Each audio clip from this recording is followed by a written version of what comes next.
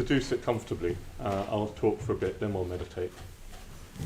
So, very nice to see all of you. And as Sri was saying, today actually is the full moon of Wesak, or Buddha Day.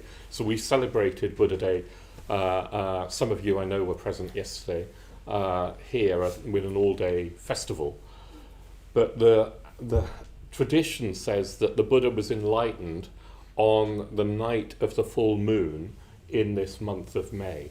And so all over the Buddhist world, people will be celebrating today, now, on the night of the full moon.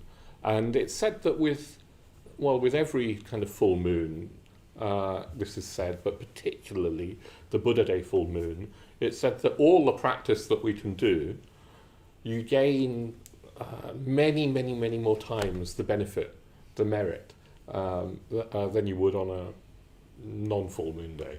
And even if that's not completely true, it's a nice thought, and it's a very good thing that we're all here tonight, going to be practicing together. And I'll be talking a bit. We'll be meditating. We're going to be doing the mindfulness of breathing. And according to at least one tradition, the Buddha was doing the mindfulness of breathing when or on the night of his enlightenment. It's a practice that we teach to anybody that wants to learn. You know, people walk in, and it's one of the first practices that they learn, which can be, which is wonderful, but it can give the impression that the mindfulness of breathing is some sort of elementary practice, some sort of basic thing that you then graduate to something more profound, something more tantric or whatever at a later stage. Whereas actually, it doesn't quite work like that. It doesn't quite work like that with meditation, and it doesn't quite work like that with actually any aspect of the Dharma. If you penetrate deeply enough into any aspect of the Dharma, it can take you all the way to enlightenment. And the mindfulness of breathing is kind of no exception to that. And particularly because of this tradition that the Buddha was doing it on the night of his enlightenment, it feels like it's a particularly appropriate practice for us to be doing now.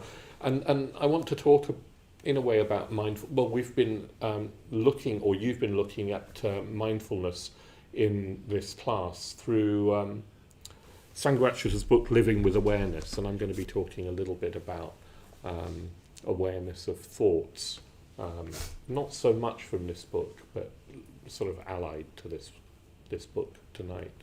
And again, awareness, I live upstairs, and I was saying upstairs that part of me just thinks mindfulness and awareness is such a sort of everyday topic now.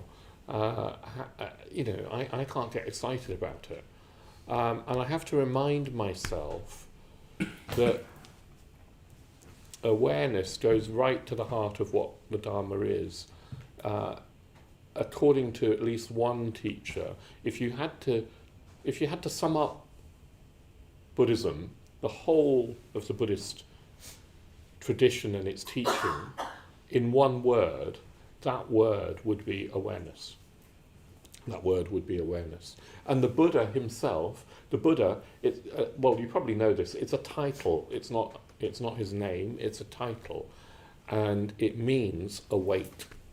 Awake. One who is awake, one who is aware. And unless we are a Buddha, unless we're enlightened, and I'm not, the implication is I'm not awake, not fully, and I'm not aware, not fully. There's some way to go. But if awareness is the heart of the enlightenment experience, we're all in touch with some degree of awareness. Just the fact that we're here means that we are in touch with some degree of awareness. So it's not that enlightenment needs to be something completely other than our experience. We've got some affinity with awareness. And speaking personally, and I'm sure you have this as well, you know when you feel more dull, and you know when you feel more awake. I've had a day where I felt quite dull today, and it's a sort of tangible feeling of feeling smaller in my consciousness, more sort of closed in. Whereas the opposite, come on in, do come in, we're going to have to try and find space. Why don't we all still try and shuffle up? Oh, there's space. You got space, that's great. We will have to shuffle up in the second half because more people are going to join us, so we will have to just be more intimate. Where was I? Awareness. You feel brighter, don't you, when you're more aware and bigger. There's a quality of radiance, even you can say, when you feel more aware. Particularly in the Buddhist sense of the word, there's a responsiveness in mindfulness, a responsiveness to experience that isn't just a cold kind of analytical awareness. It's warm.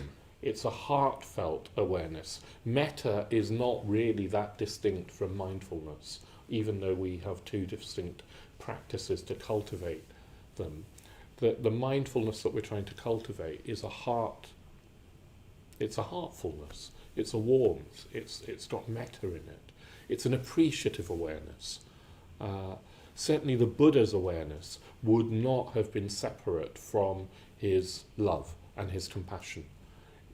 It's said that you can't separate out wisdom and compassion. It's like his awareness turns into wisdom and his metta turns into, maha metta or great compassion, maha karuna. Anyway, what I'm trying to say is that we've got an inkling of what that enlightenment experience. There's a continuity between us now, however dull or sleepy or unaware we are, to right the way to the enlightened mind. We've got an affinity with it, and I think that's really, really important, that we can become enlightened. That doesn't just mean some Tibetan sages who live in mountain caves and hermitages and who meditate all day. It means you and I can become enlightened. That's not to say it's straightforward or it's easy. I don't believe it is. The Buddha said that it was very, very demanding and very difficult. He said that it was the most demanding thing that you could do as a human being. But the point is it's possible. And that distinguishes, that possibility distinguishes, I think, Buddhism from, say, a theistic religion, where you can't become God. And if you say you are, you might get into trouble. So we are, there's a distinction there. The Buddha was a human being who became more than a human being in terms of his consciousness, while still having a human body. So all of that is somehow contained in this notion of awareness, in that it's limitless. It starts from wherever we are, and there's a path of deepening awareness that takes us all the way to full awakeness, which even that is said to be boundless. It's not that there's a limit to even enlightenment. It's said to be, Bhante Sangharakshita says that it's like a horizon point beyond which we can't see. Anyway, all of that's a bit of a preamble just to evoke the enlightenment and the Buddha's experience on this Buddha Day evening, on this Wesak evening. But we're going to be doing the mindfulness of breathing. And what I'd urge us to try and do is pay special attention, if you can, to Vedana. Are you familiar with the term Vedana? Do you know what Vedana means? Does anybody want to say? Yeah? So Vedana is kind of like in some ways people refer refer to it as like an energetic pushing away or grasping, but in another way it's a lot more complex than that. There's just like an energy connected with responses and that reside in the body, and if you drop into it, you can feel, for example, a warmth in the chest when you do the Metta Bhavana. Yeah. Or you might feel, when someone's shouting at you, you might feel an energetic response inside, and you can access this by dropping into the breath and dropping into the body, and those responses arise. You're on the right track, Brian. You're on the right track. And yes, it does have an energetic quality, but I think it's simpler than that. I think it's simpler, at least the definition of Vedana is simple, in that it's sensation. It's felt sensation. It's actual sense experience at its sort of raw, basic sense experience. So when I touch something, my two hands, there's sensation. There's just sensation. It's sometimes talked about as feeling, but I don't mean feeling in the sense of emotion. I just mean sensation. So when I say stay in touch with Vedana, you're right, Brian, that it's got an energetic quality to it, and that often it is around the chest, the heart center, that you might feel that energetic movement perhaps, or maybe sometimes it's quite good in meditation to focus on the belly, maybe just below the navel. That can ground us. But to keep it quite simple, I mean actual sensations that you can experience in your body. Yeah, in your body. And Vedana can come in three kind of varieties, and then different shades of those. There's pleasant Vedana, pleasant sensation, unpleasant Vedana, and neutral Vedana. Neutral Vedana is sometimes hard to actually kind of even notice because, I don't know, we're not interested in neutral feelings, neutral sensations, but a lot of our experience is probably a bit neutral in terms of actual sensations, unless there's particular pain or pleasure going on. Yeah. So one of the arts of meditation is to become aware of sensations in the body, and then to try and take an interest, a warm interest, warm in the sense of kindly interest in what's going on. And the breath in the mindfulness of breathing is like an anchor for our experience. So, when you lose track and when you drift off, the breath is a sort of sensory experience that you can come back to, and it acts as an anchor for our awareness, for our mindfulness. But that doesn't mean, just because you're following the sensations of breathing, it doesn't mean that you close off to other sensations in the body. You kind of include your whole sensory world as best you can, but anchor it in the sensations of breathing, and keep coming back to the anchor if you get distracted, which it's normal to get distracted. Yeah. So particularly we're going to try and just keep coming back to the body and its sensations, the body and its sensations. And yeah, I will suggest, I'll lead us in a sort of, in a practice where we particularly try and ground our awareness of the body, and rest on the cushion, rest on the chair, let our weight drop into the ground. But then I suggest you might want to stay aware of sensations. Well, even if you can't feel sensations, just stay aware of the region of the inside of the belly. Yeah. That can be a grounding thing as you breathe. Of course, you follow the breath as well, but this can be a bit of a stabilizing place to put your attention. So we're gonna just, in a way, very simple, keep coming back.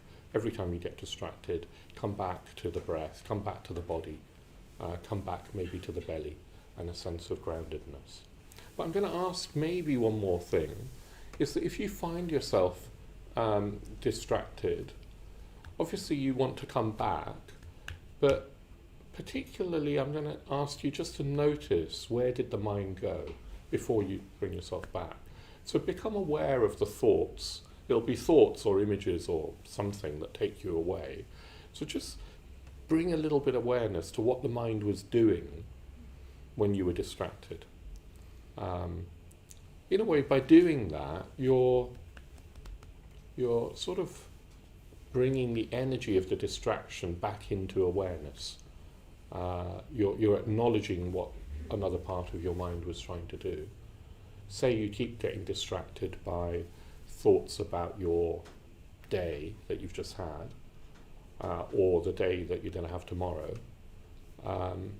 It's just good to become aware that that's where my mind keeps, as it were, wanting to go. And don't tell yourself off. It's not, and in a certain sense, it's not our fault that the mind gets distracted. But it is our responsibility to bring awareness to whatever's going on, and then to bring that awareness back to actual direct experience. And by direct experience here, I mean particularly sensations in the body. Yeah. Sometimes also you might find yourself lost in a habitual story that has, like, sometimes thoughts are just wispy and, you know, they don't mean very much. But sometimes the distraction can feel like there's some emotional weight. Yeah, I feel upset about something, or I feel like I really want something, and there's emotional force behind the story.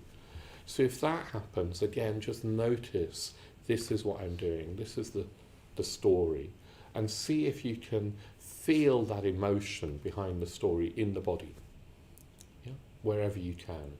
So for example, if I'm upset, I might feel some sort of tightness in my chest or in my belly that's unpleasant.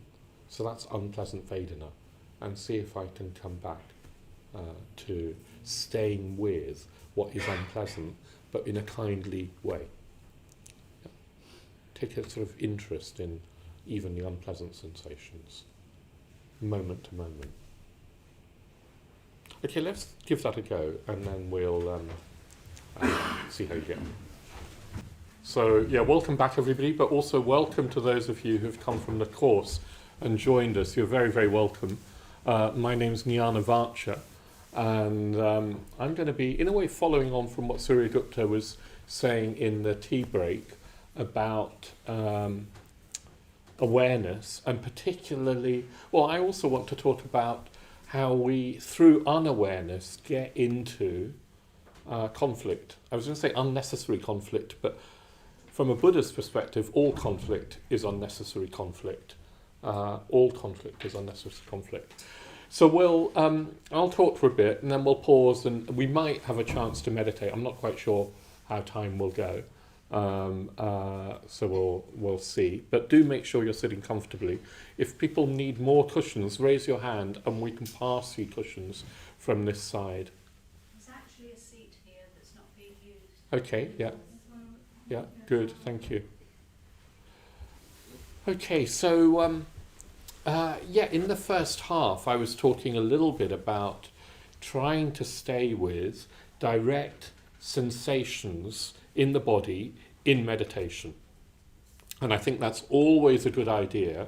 Whatever meditation practice you're doing, it's very, very good to start off with grounding yourself in the body, sort of really feeling the body against the chair or the cushions and the ground. Feel yourself connected with the ground, with the earth, with the weight of you dropping down. There's gravity holding us down. But often we don't sort of really walk on the earth or sit on the earth. We're sort of in our heads and slightly tense and slightly off the ground, which is then going to just lead to more tension. So I think grounding ourselves is really important. And the breath, we were doing the mindfulness of breathing in here, the breath is a really good way of helping us ground our experience in the body. In the body.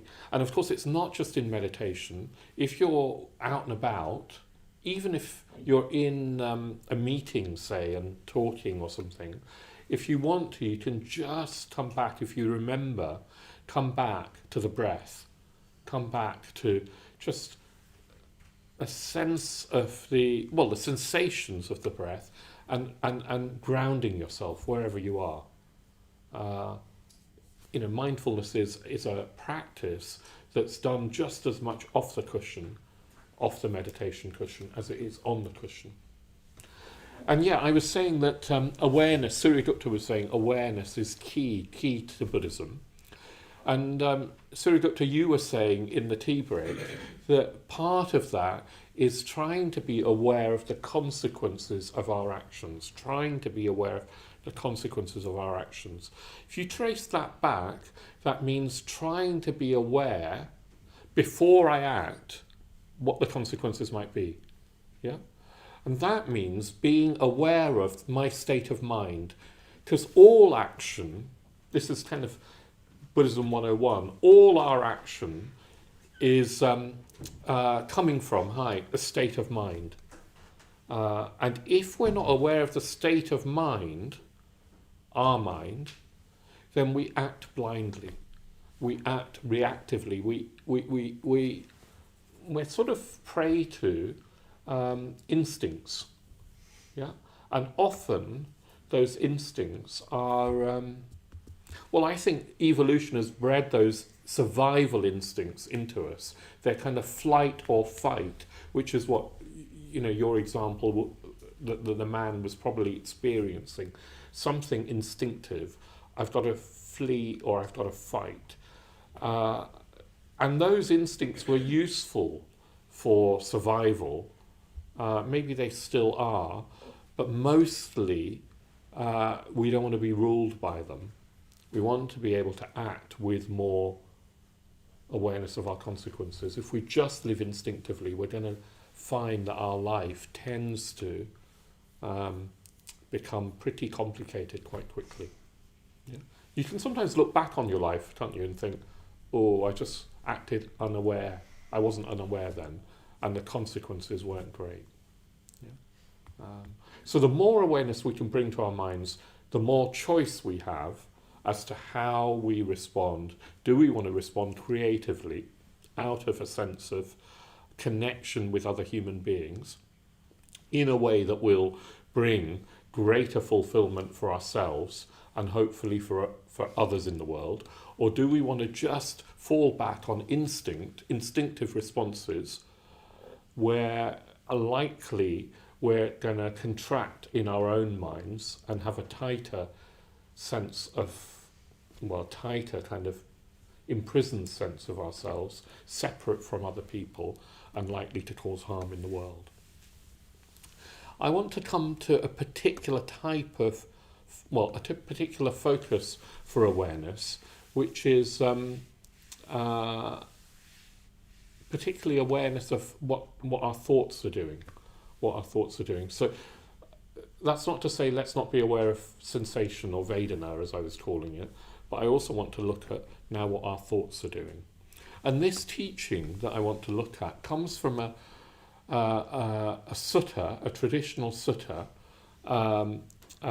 in the Pali Canon, where the Buddha is teaching about how conflict arises. He says that my teaching, i.e. the Buddha's teaching, is a teaching that leads to freedom from conflict. It leads to harmony rather than disharmony. And this teaching is a teaching of, how do we get into disharmony? How do we get into conflict? It just feels it was obviously relevant in the Buddha's day, 2,500 years ago, but perhaps it feels even more relevant now when we live in a world where there is so much conflict, and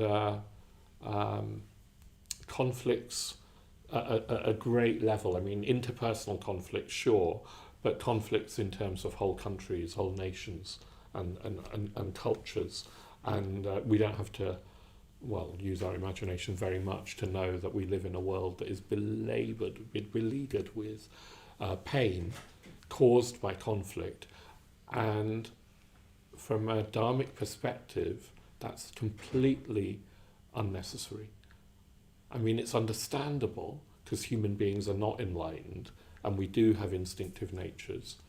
It's understandable, but if we could live more from awareness, it's also unnecessary.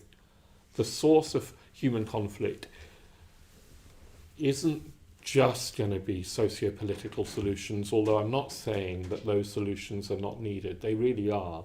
We do need all of the help that we can get to have a more peaceful world. But looking at human history for thousands of years, as long as we can look back, as far as we can look back, there's been war and conflict and human-made suffering. There's the suffering, the natural suffering of just being in a world where there are earthquakes and hailstorms and so forth, but much of our suffering is human-made. So this teaching, I think, is really valuable, whether you're concerned about the wars in the world or whether you're just concerned about conflict in your own life, with your boss, with your partner, with your friends, with whoever it is, your neighbour. It's a useful kind of teaching about awareness. So in this sutta, the Buddha gives a very pithy little teaching about conflict or how it arises, disharmony arises, and then he's giving this teaching to his disciples, to a bunch of gathered monks, and then he goes off and retires somewhere, and they realise that they haven't really understood what he meant, but they were too timid to ask him. So they all say, okay, well, what should we do now? He's just said something really important, and none of us know what he meant. And so they go to another disciple, Mahakarchana, who's said to be really wise. He's sort of renowned for his wisdom. And they say to Mahakarchana, Mahakarchana, you weren't there, but the Buddha said something important about conflict, disharmony, how it arises. These are the words the Buddha said. We don't know what he meant. Do you have an answer? And Mahakarchana gives them this teaching. He unpacks the Buddha's rather pithy teaching. He unpacks it, and that's what I'm going to try and just give you a wee flavour of. It's there's more in the teaching than I've got time for, but we can have a go. Okay. And then later, oh no, this is important. Later, he's given a teaching. They're all very grateful to Mahakarchana. And then they go and find the Buddha and they say, Mahakarchana actually told them off. He said, look, the Buddha was in front of you. You should have asked. And they say, oh yeah, no, we're very sorry. We're very silly. We should have asked. Please help. Anyway, he explains the teaching to them. They then go back to the Buddha, which is... and say, Lord, Mahakarchana's explained your teaching in this way. And the Buddha says, yes, that's right. If I had explained it, I would have said exactly what Mahakarchana said. And so you can take that as true. Anyway, there's a little coda at the end, which I'll come on to. So this teaching is called, it's a teaching about how one thing leads to another. It's called a nidana chain. A nidana is another word for a condition, one phenomena, one condition. And this teaching is about how one thing, one condition, leads to another, ending in conflict. Yeah? And the point is that if we can be aware of that, we can backtrack from the chain and learn how to de-escalate the situation in our own minds and hopefully around us. Yep. So the first sort of factor in this chain, the first link in this chain, is our immediate sensory experience. Our immediate sensory experience. So in the meditation in this room, I was encouraging everybody to stay with their immediate sensory experience, particularly in the body, but it could be also sensations through the other senses, sounds, sight, smells, and touch, taste. Yeah, so immediate sensory experience. Can we be aware of immediate sensory experience? You can't not have immediate sensory experience as long as you've got a body. So there will be, I guess, I don't know, in deep states of unconsciousness, maybe there isn't, but there is immediate sensory experience. Let's take that for read for now. And so far, that's not a problem. I know that some experience isn't always pleasant, but from a Buddha's perspective, it's innocent, this. Immediate sensory experience is innocent. Yeah. But immediately that we have sensation, immediately that our body comes into contact or our senses come into contact with an object of the senses, the sensation is either pleasant or it's unpleasant or it's neutral. Sensation always has a tinge to it. Technically, it's a hedonic tinge. Hedonic just means that it's got a flavour of either being nice and pleasant or unpleasant, or a lot of the time, neither, kind of neutral. And that too is really important, that we stay in touch with the sense tone, how it feels. Does it feel pleasant or unpleasant or neutral? And again, at this stage in this link of linkages, in this chain, of linkages, it's not a problem. It's not seen to be a problem, even if our experience is unpleasant.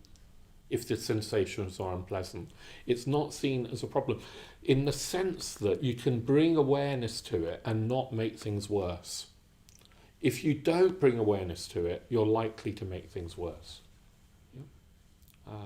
So, for example, what happens if we have an unpleasant sensation in the body? Let's just stick with the body. What do we normally do? Get annoyed, yeah. Yeah, that's very understandable, but typical. And getting annoyed, what consequence does that have for ourselves? You get like tense and yeah. So we get annoyed because we're in some sort of discomfort, and then the annoyance leads to more tension in the body. And what does tension feel like?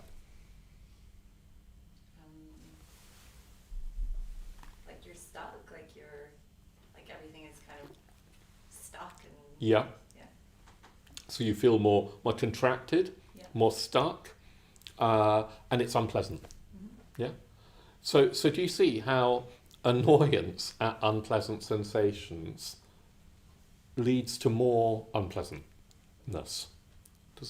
Unpleasant sensations are part of life, but how we respond to them will govern, as Surya says, what happens next.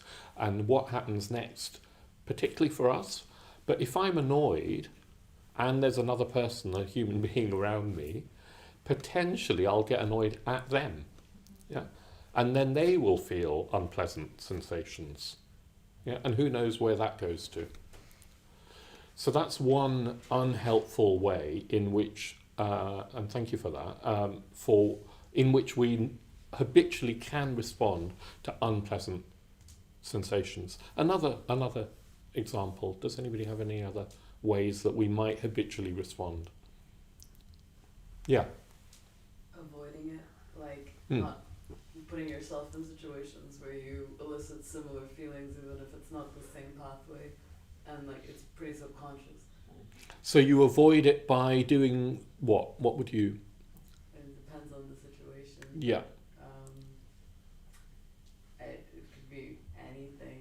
Yeah. Like if it's a person who you have a bad encounter with and they elicit negative sensations in your body, maybe you completely avoid crossing paths with them and your whole life is dictated Exactly. by how not to see them. How not to see them, yeah. And that might sound innocent if they're just a relative stranger and you can avoid them. That might seem innocent, but often people that we find difficult in our lives we can't avoid. I mean, they're in our world, and that then trying to avoid them just makes the situation more tangled. But also, I notice I avoid, if I'm experiencing something even mildly unpleasant, I just reach for my phone. And on YouTube, there's masses of ways that I can avoid being with my experience. Yeah, even some goodly ways that are, like today, I found myself listening to a Buddhist talk, and you think, great, but actually, I was avoiding trying to prepare for my own talk, which is now. So all I was doing was trying to distract myself because it felt a bit uncomfortable to be with my own experience, which was, oh goodness, in a few hours' time, I'm going to have to sit here and say something sensible and hopefully useful. Yeah. So I avoid my experience. So avoidance, very, very typical. And it may seem innocent, but it's not. I mean, it just leads to, at best, it leads to us not being really able to experience anything very deeply. It keeps me on, well, when I am doom scrolling on my phone, I am living on the very surface of my experience, and life, doesn't have very much richness to it. And if I do that for too long, I feel oddly disconnected from everything, and a bit sort of unhappy, unfulfilled. Because of course, nothing on my phone is going to really fulfill. Yeah. Good. One more. Let's have one more. Any other thoughts about how we habitually might react to uncomfortable, Faden? Catastrophizing. Go on in your mind. I know. It always happens to me. Yeah. Whatever it is, or just to make it, that makes it worse. That makes it worse. That's right. Now that is, I mean, I couldn't have cued you in more appropriately because if I'd tried, because that is, well, it moves on to the next link or two. Well, it's not the immediate next link, but the one after. The next link, so we've got sensations, pleasant or unpleasant or neutral. And the next link in this analysis, it's a model that Mahakarjuna gives. In the next link in this analysis is called samnya, which stands for perception. But it also means recognition or interpretation. So we have immediate sensations. It's easier if you think about visual sensations. So you have colours and shapes. When you open your eyes, you have colours and shapes, in the morning. But immediately, the mind will kick in and you'll be recognising objects. You'll be labelling. I mean, say you're in your own room rather than some strange place that you've woken up. You'll start to recognise things. But if you have woken up in a strange place, let's not go into why. Let's just say the mind will be sort of looking around and trying to grasp onto where am I and what do I recognise? Yeah? What do I recognise? Normally it happens very quickly and we don't even notice that it's part of the process. It's called, in samnya means perception, but it also means labelling. Oh yeah, that's a chair, that's a person, that's a piece of fruit, that's a chocolate, that's my phone. It's very immediate. Your mind is comparing your sense of seeing colours and shapes with a whole memory store of what those shapes look like. And sometimes we get it wrong, don't we? We perceive something that it's not accurate. I can remember once, I was on a long solitary retreat in Spain in 2018, and I'd been meditating, so it was 6 months long, and I was probably, I don't know, halfway through or something, let's say for the sake of argument. So I'd been meditating quite a bit on my own in this mountain valley with no people around, nobody around. And I was going for a little walk. I was doing some walking meditation, and I was trying to be mindful of not stepping on the ants. There were loads of, lines and lines of ants. So I was sort of had my head down as I was walking up and down.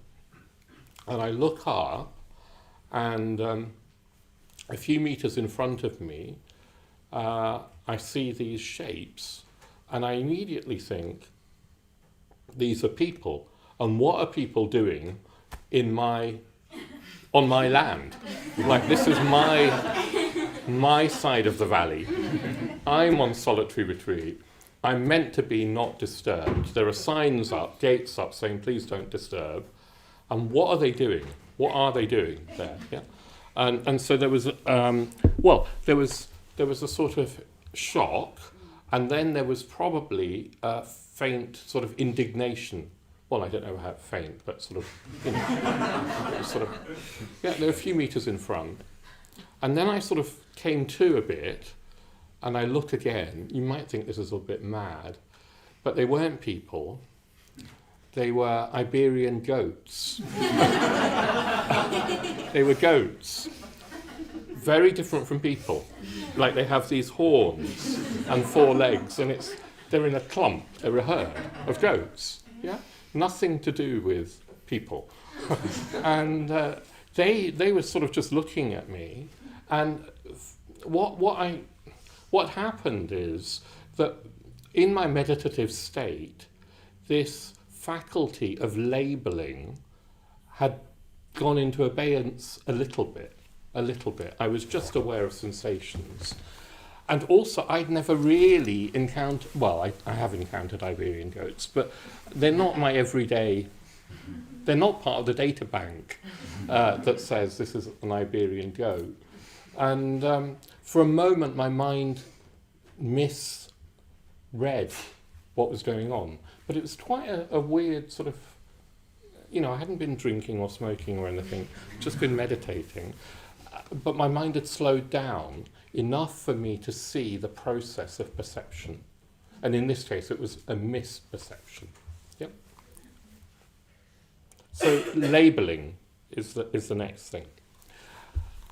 And then the next link in the chain is that we start thinking. We have thoughts about the goats or the people.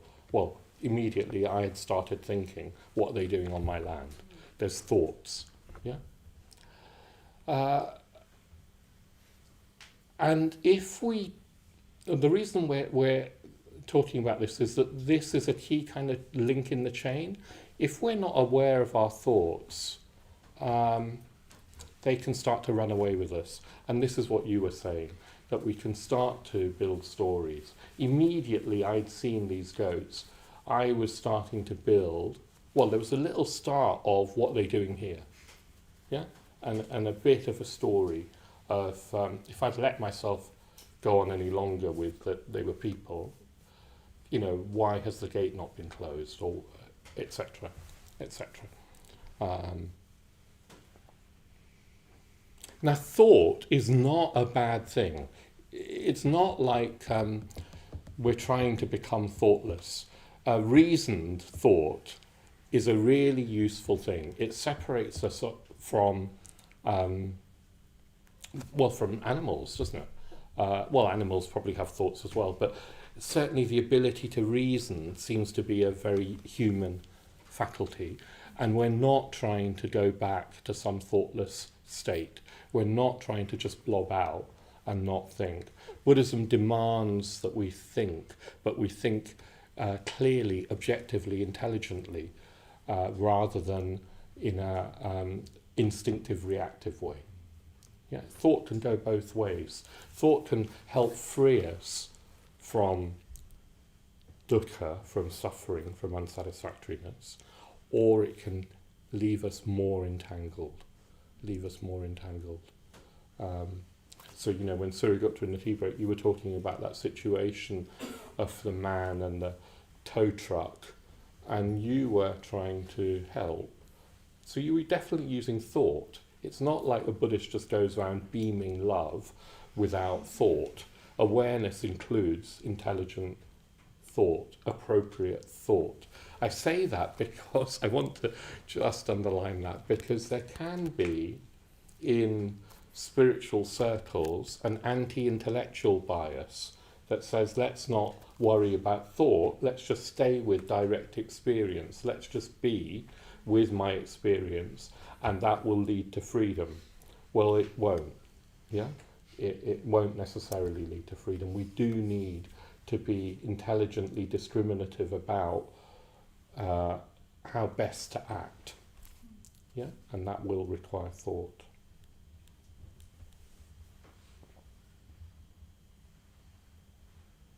But thought can also go the other way. Thought can face, it's like a two-headed thing. It can either lead to intelligent responses that will, wise choices that will lead to greater benefit for ourselves and others, or it can spill over into stories that are unhelpful. So the next link in this chain that leads to disharmony is where it spills over into stories. And stories, the word here in Pali and Sanskrit is prapancha. So thought proliferates. Prapancha means proliferation. Like a single thought spreads out and becomes a whole narrative, a whole story. Are you familiar with that? The mind doing that? It has a tendency to proliferate if we let it. And you go from something quite innocent to a whole story. And particularly if the sensation had been unpleasant, and say I get annoyed, I'm likely to start inventing a story of blame. The blame can be, I can blame myself, or I can blame other people. But blame is always going to be unhelpful. Buddhism's so sort of remorseless isn't the right word for Buddhism, is it? But it's ruthlessly clear about this, that whatever discomfort I'm in, whatever awful situation happens, and life can be terrible, blame is not a helpful response. Even though there might be truth. I'm not saying that other people don't do unpleasant things, nasty things. It's just that the story of blame is never a helpful response. And I include blaming oneself, where you just think, oh, again and again I go and, I've done this again, it's all my fault. That doesn't help either. So prapancha is this spreading out, this proliferation. It's also rumination. Have you done this, where you go round and round the same story again? Something unpleasant's happened. I don't know, a relationship's broken down. Maybe it's less serious than that. Maybe somebody's just said something unpleasant to me. And my mind goes over and over and over it again. I should have said this. Why did they say that? Next time I see them, this is what I'm going to say. We live in this ruminative story, and oh goodness, we can go on for years in that. Yeah?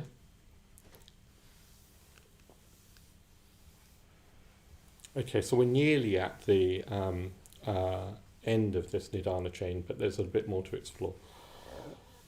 So these stories this kind of proliferating story, can become settled. They can become a narrative that we believe and we live in. And they can become like a view that we have of our lives. Can anybody think of an unhelpful story? It doesn't have to be your story, but just an unhelpful story that we can live in. The world is evil. Who said that? Me. Yeah, the world is evil. As a belief, as a story. Yeah. And that means, when you say the world, do you mean other people? Yeah. Yeah. So as a story, what's that going to do if you believe that the world is inherently somehow evil? What will that do to your attitude to life? Well, first going to make my own story that I'm somehow different and better than. Yeah. So if you feel that you're somehow different, we've separated ourselves off from other people. We'll feel it's a them and us, or them and me situation. That story can lead us into. It might also lead us into fearfulness, a fear of connecting or experiencing new sensations or new experiences. It's sort of withdrawing into our smallness because the world is evil, the world is bad, so I better not engage with it. Or it might make us cynical. Any other thoughts about what it might do?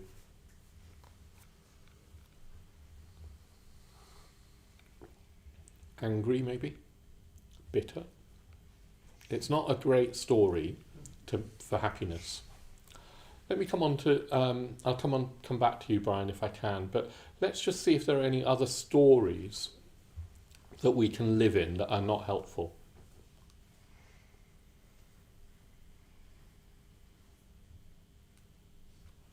I'm not good enough. Who said that? Yeah, Thomas. I'm not good enough. So, and what will that do if I have that story, I'm not good enough? Well, sort of not be afraid of things, won't try stuff, might, I don't know, quit things quickly because you think there's no point. Yeah, there's no point in trying. I can't do it. I'm not good enough. I won't bother. Yeah. Try harder. It might make you try harder, might not. Yeah. You've got something to prove. Yeah. And that could be useful, or it might not be. Yeah. Either way, it's like having, I don't know, a filter, like glasses that are filtered, some sort of strange colour. We see everything through that lens, and if I think I'm not good enough, if that's my story, I am likely to find evidence that supports it, that confirms it. If I do try something new and then I fail, it just confirms my story. If I try something new and I happen to succeed at it, you can discount that success and say, oh, well, that's just fluke. Actually, it wasn't me. I was just lucky or whatever. Do you see how these stories have a confirmation bias built in? If I think the world, let me expand on that story and think a more sort of severe story would be that I am unlovable. Nobody likes me, and I am completely unlovable. If I'm in that story, I'm likely to be wary of people, and I'm probably going to be standoffish and rather than friendly and welcoming to people. And then they're likely to be a bit standoffish with me, and before you know it, it's confirmed it. Yeah. So we live often in stories, and what the Buddha is teaching is that those stories are not just personal stories. Sometimes a whole society, well, not just sometimes, societies and cultures have stories built around them. You can have very elaborate stories of whole philosophies. You can have worldviews like fascism or communism or well, any shade of politics in between, that are whole worldviews that are based on some sensations and some experience, but they've been generalized into whole stories. Does that make sense? And then we see everything through that worldview. And when our worldview comes into contact with somebody with a different worldview, that's when conflict arises, or has the potential to arise. It's that worldview, my worldview, meeting your worldview. Yeah? And if you look at the cause of all the conflicts, the major conflicts in the world that are going on now, but throughout history as well, their views meeting, colliding. Yeah, their views about experience colliding. They're not about the direct experience of what's going on. Is it pleasant, unpleasant, or neutral? There's stories built on that. So what the Buddha is teaching is that mindfulness of what's going on in our sensations, in our thoughts, is key to unhooking from these stories, many of which keep us trapped, keep us limited, keep us small, but also which will start to possibly conflict with other people. Yeah? So mindfulness is key, and what we're trying to do is stay with, instead of the story, stay with, come back to direct sensations in the body. Is this pleasant? Is this unpleasant? Is this neutral?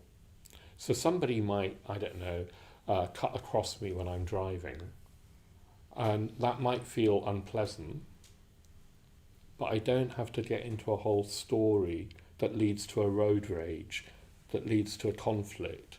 Does that make sense? If you can stay with, oh, that was a bit unpleasant, it's key. Now the situation is complicated further because we have habitual tendencies. I've already talked about instincts. We have habitual tendencies that tend to push us in the direction of stories rather than staying with sensations and thoughts. And these tendencies are called anusaya. They're latent tendencies. And I'm just going to read you a list of what Mahakarshana says are anusaya, unhelpful tendencies that lead us into unhelpful stories. There's craving and hatred. So pleasant things I want to grasp after, unpleasant things I want to push away or avoid. Craving and hatred, or maybe just a pull and push, let's say, towards our experience, rather than staying with what's happening. There's views, so views that stories that we've already had in the past now have become habitual. So this confirmation bias will already have views. There's doubt. Doubt is an interesting one. Doubt is a bit like, I can't make a difference, or mindfulness doesn't work, I'm not going to be able to do this. What Jnanavaca is teaching, what the Buddha was teaching, too difficult, or I'm not up to it. That sort of self-doubt. Or it's a refusal to commit. Because if we're going to change, if we are really going to change our way of being in the world, it will require us to commit, and commit to a meditation practice, for example. Meditation will only really work when you commit to it on a regular basis, doing it regularly. It doesn't work otherwise. So doubt is what stops us from committing sometimes. Like, oh, I don't know if it works or not. Conceit is another one. Conceit is how do you define conceit? What do you mean by, what do you think the Buddha meant by conceit?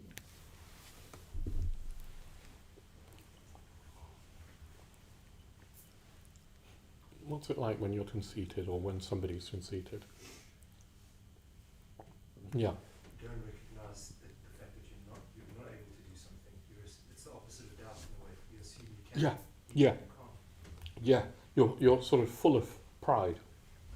But it's also, maybe more fundamentally, it's like I'm the centre of the universe.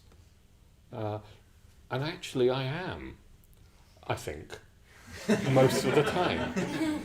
And I suspect that most of us think that we are the centre of the universe. I mean, not consciously, because when you say it like that, that sounds silly, doesn't it? Nobody thinks that, literally. But we behave as if we are, don't we? Don't we behave as if everything should revolve and does revolve around me? And what happens to me today, my day, is more important than anybody else in the world. Yeah? So if I've had a good day, that's great. So conceit is that egotism. Yeah? And then lastly, the two that perhaps go even deeper is attachment to being. Attachment to being. Buddhism is saying that, look, we are instinctively, very deeply attached to wanting to be something, someone, to exist as a being, to have an identity, to have even a form, a body, and a mind that's separate, or to feel separate. That's a very instinctive thing. It's like the survival instinct. And an enlightened being has let go of that attachment, has let go of even this wanting to have an identity, wanting to even, I don't know, have a body, have a being. It's even letting go of this, wanting to exist as a separate being. That doesn't mean a suicidal tendency. It doesn't mean a depressive annihilation. It doesn't mean that. It means an openness to life. Because as I this instinct to be somebody, particularly if I put myself at the centre of my universe, cuts me off from everything else. Everything else is then outside of me.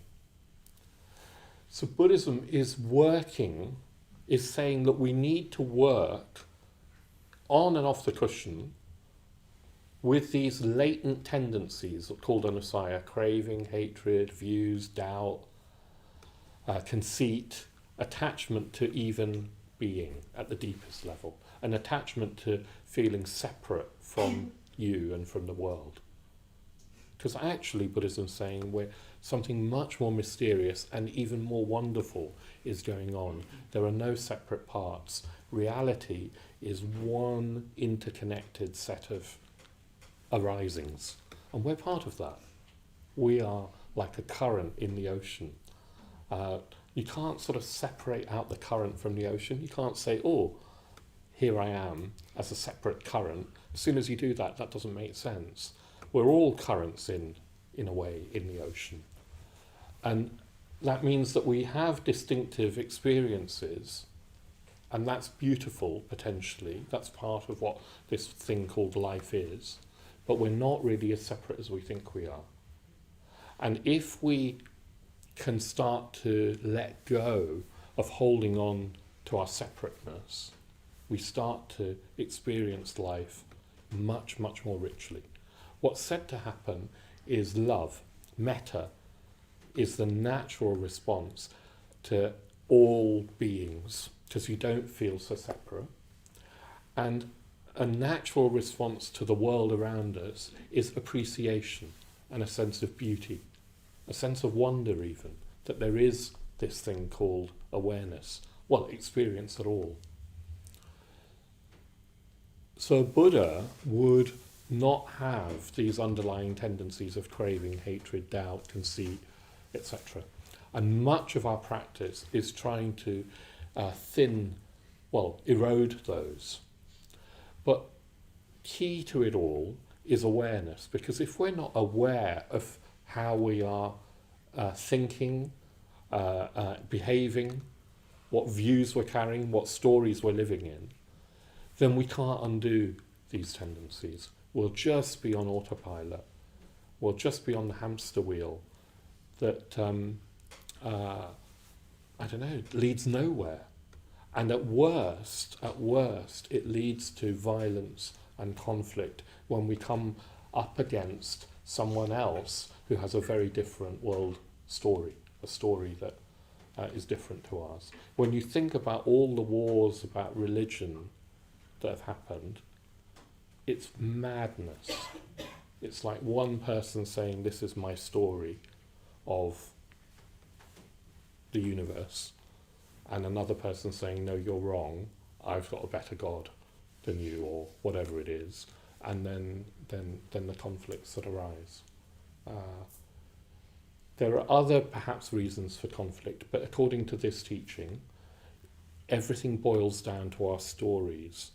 And the stories don't have to be there. We build them up from basic building blocks of sensations. And we try and grasp after pleasant sensations, push away unpleasant sensations, use our heads, our thoughts to try and strategize as to how we do that, and then build up out of those strategies more and more complex narratives that we then trap ourselves in. So that's what Mahakarshana taught. Then, as I say, the disciples go to the Buddha, and the Buddha says, yeah, that's what I would have said. That's really good. You can trust Mahakarshana. They're all very pleased. Ananda, the Buddha's attendant and cousin, says, this is a great teaching, Lord. It's as if some man who was, or some person who was hungry and parched, came across a ball of honey. I've never seen a ball of honey, but you can imagine a ball of honey, and that honey was sweet and delicious and fulfilling. You have to just use your imagination there a little bit. And the Buddha says, yes, that's exactly like this, and let this teaching be known as the honey ball from now on. So the sutta that's come down to us is called the honey ball sutta, the honey ball sutta, the Madhupindika sutta. And if we could bear this in mind as individuals, I think we learn to free ourselves a little bit from unnecessary suffering, because unpleasant things will happen to us, but this is the unnecessary suffering which we add to the unpleasantness. And if as a culture and a society we can learn to be with unpleasant sensations and not get so hooked on stories, not jump to stories, and not imagine that everything that happens to us is filtered through the lens of that story, we're likely to move towards greater and greater harmony. Yeah? And that's what the world needs more than ever. So I'll leave us with that. Thank you.